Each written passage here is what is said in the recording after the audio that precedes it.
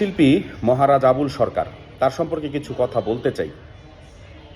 সম্প্রতি একটি পালা গানে সে হাস্যরসাত্মকভাবে বিদ্রূপ করে আমাদের সৃষ্টিকর্তা সম্পর্কে, মহান আল্লাহ তাআলা সম্পর্কে বেশ কিছু কথা বলেছে।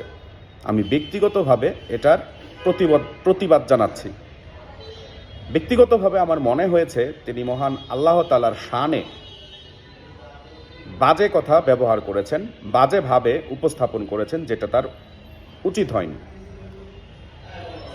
এখন আমি মনে করি তার ভুল স্বীকার করে মুসলিম জাতির কাছে তার ক্ষমা চাওয়া উচিত এবং তওবা করা উচিত, যেন ভবিষ্যতে এই ধরনের কথা আর কখনো না বলে, এবং পালা গানগুলোতে যেন নবী রাসূল এর শান নিয়ে কখনোই আর কেউ এই ধরনের কথা না বলে।